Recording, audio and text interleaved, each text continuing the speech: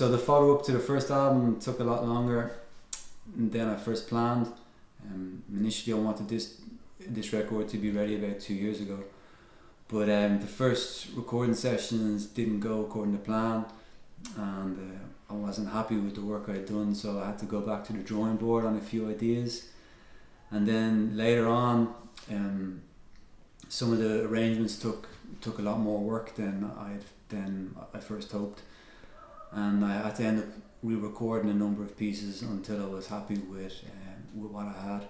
And I had a number of other musicians working with me as well, and I was recording most of the album I recorded myself, so it just took a lot longer than I first hoped, but that's all part of the process, and it was all worth it, and I think it took as long as it needed to take, and I'm happy that it's finally ready and ready to be released.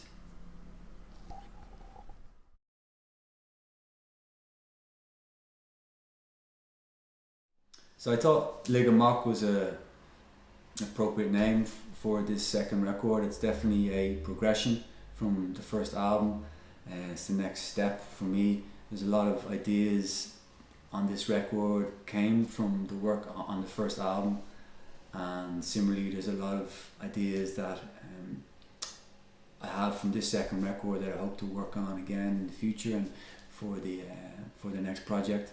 So yeah, this record definitely a big step for me, and I look forward now to continuing on and to working on the next project.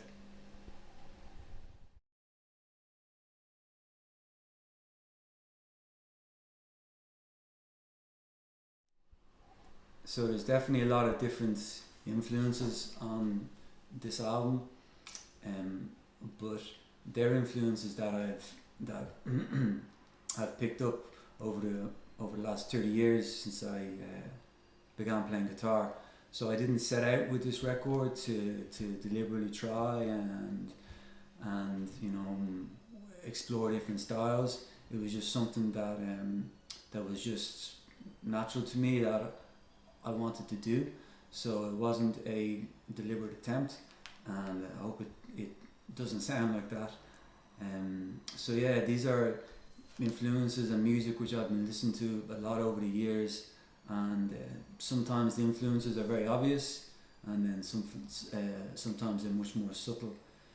So I suppose it comes from the fact that I listen to all different styles of music, and I have been listening to all different styles of music, and I enjoy playing lots of different styles of music. I love to play traditional music, but I also love to play different styles, and I don't think I'd be happy if I just had to play one particular style. So I think those influences can definitely be heard throughout the record.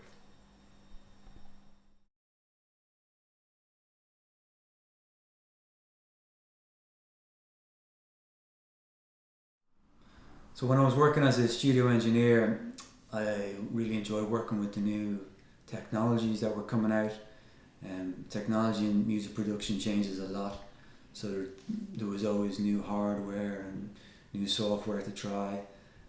So though they were techniques that I really helped me, even though it was a different style of music, they helped me working on my last record, on this record.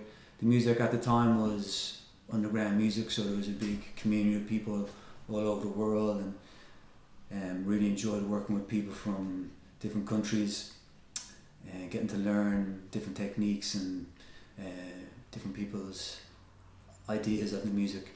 So there were, even though it was totally different music, it was something that I've been able to, ideas and techniques I've been able to bring with me and put to work.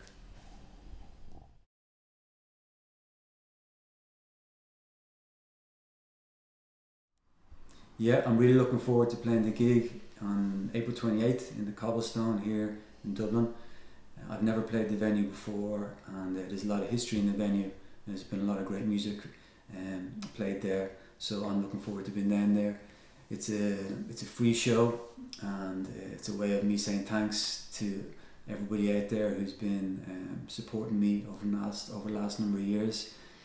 Everyone who's been coming to the shows, everybody online, all the readers of CelticMusicFan.com, thank you very much. So I'm looking forward to getting down to play the show, to launch the record, and then looking ahead to begin to work on some new music and looking forward to the next project.